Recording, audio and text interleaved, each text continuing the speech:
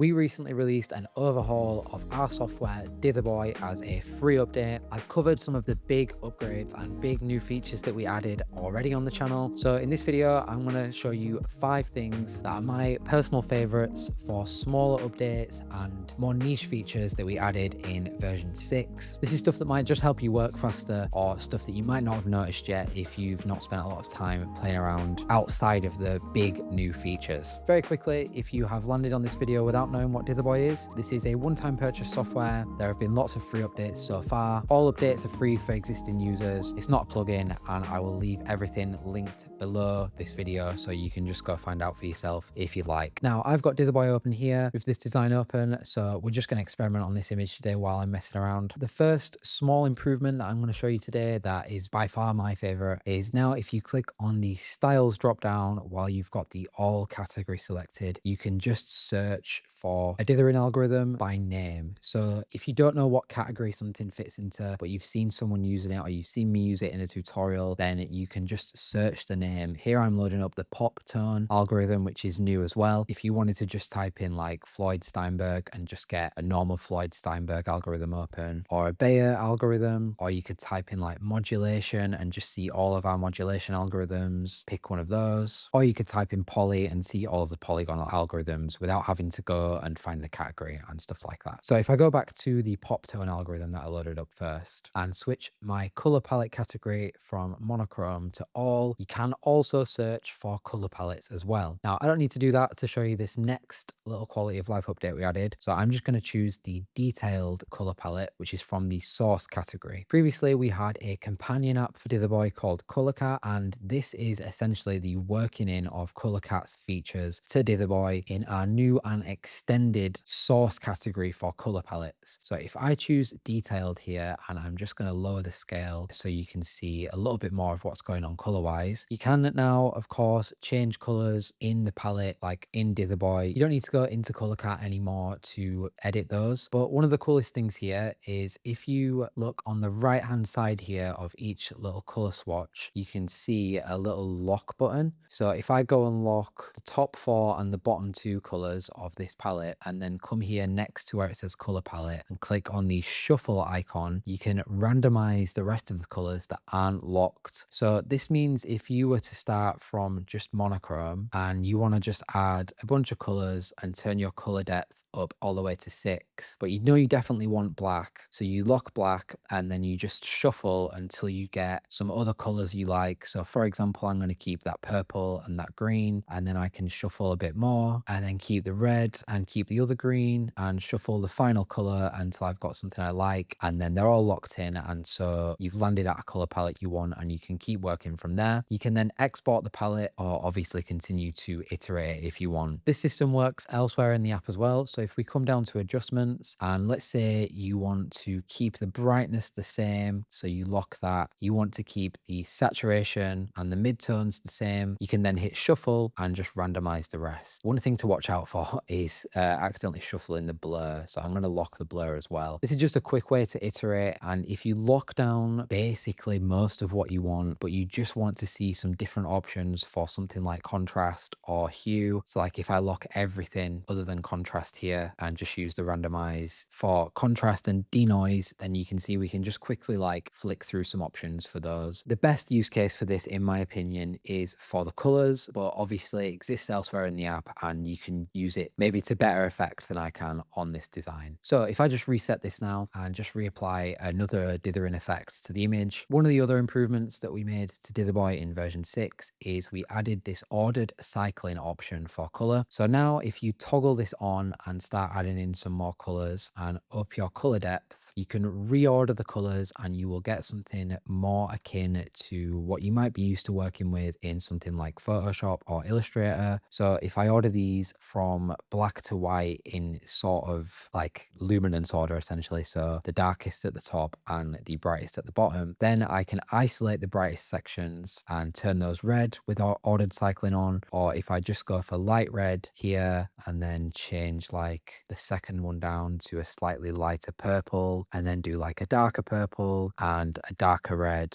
and change the black to sort of like a deep red rather than pure black, you can see now that it's mapped those just based on the order they're they're in. If I turn that off, you can no longer reorder them, because what's happening when you don't have ordered cycling on is Dither Boy is just going to be comparing the color you've selected to the pixels in the image and assigning it based on similarity, essentially. So if you want to combine all of that and leave ordered cycling on and just randomize and randomize and randomize until you land on something cool that will work eventually if you click it enough times, yeah, at least you sort of know what you're doing now with those. One thing that the randomize feature works really well on is halftone. So if I enter halftone mode and go to CMYK and just lock the cell size, lock the dot gain, and lock the black mix of my halftone settings, I can then just quickly, in fact, if I zoom in here, you'll see it a little bit better. I can then quickly shuffle the color angles. So it can sometimes, like when you're working with this, if you're moving the magenta angle, but you're not looking at the area of the image here where magenta is most present, like you're looking over here, maybe it might not be that obvious what's happening with moving the magenta angle. For me, like one way that I've learned software, like without tutorials and stuff in the past, is just click on stuff and work out what it does, move sliders until you know what they do. And I think that is probably the most valid way to learn any software. And so if you're getting to grips with something like halftone or one of these algorithms that you maybe don't know much about, or the color system or anything in between really, then the randomize and the lock features, in my opinion, are the quickest way to like get to grips with what something actually does. Now, one of the coolest and probably my favorite feature that we've added in Dither Boy version 6 is we have a way better system for themes. If you remember in previous versions of Dither Boy, changing the theme would just change the GIF for Dither Boy at the top right, and it would change the colors and maybe the glow of each slider. But now if you click on the settings at the top right and come to general, we've got 5 themes now. We're going to add more in the future. When you change theme now, you can get a new font, new designs for every single slider, dial, button, drop down, everything changes. Even the settings menu itself will change. We've got a little credit for each person who designed the theme, and we've got a little credit for the font and when it was added. So if you can't tell, that's because we intend on getting other people to design these, and we can use other fonts and we can like build up a cool list of themes here. Personally, I think a big part of why I don't really enjoy working in Adobe software as much anymore is just because it's so boring to look at. And if you look at any other creative world, if you look at like music production, for example, and you look at the design of a VST synthesizer like Serum, they have like way cooler UI and way cooler design and stuff actually in their software. So yeah, we did a lot of work on just making this, increasing like the amount that we can customize this in Dither Boy version 6. Now I'm going to go back into the settings panel and just change back to the default font to show you the final part of this, which is a pretty highly requested quality of life improvement, which is the export settings. So in here you can set a file name suffix. So if you want it to say Dither Boy, just leave as is, but you can now just have Dither Boy spit out the file names as you want them. You can change the default open folder and the default save folder, and you can view all your recent files here if you need to see what you dithered, or I'm just checking out not like exposing any weird stuff I've dithered here. We've also got the library here as well, where you can filter your favorite dithering algorithms or hide certain algorithms, and color palettes as well. People ask for like ways to manage the file paths and the stuff they've imported to Dither Boy.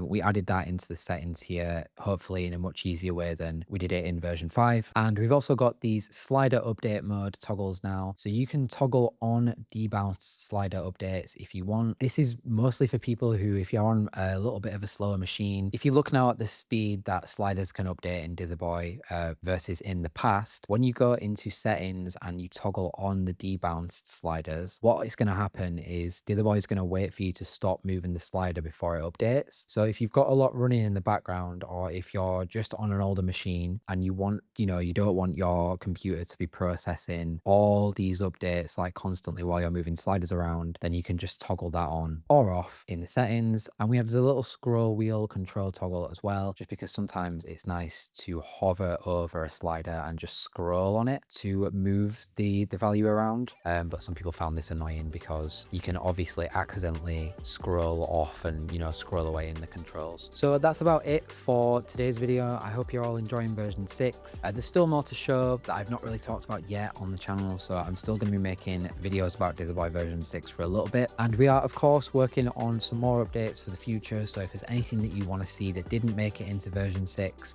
then please let me know. Other than that, thank you for watching, and I'll see you in the next video.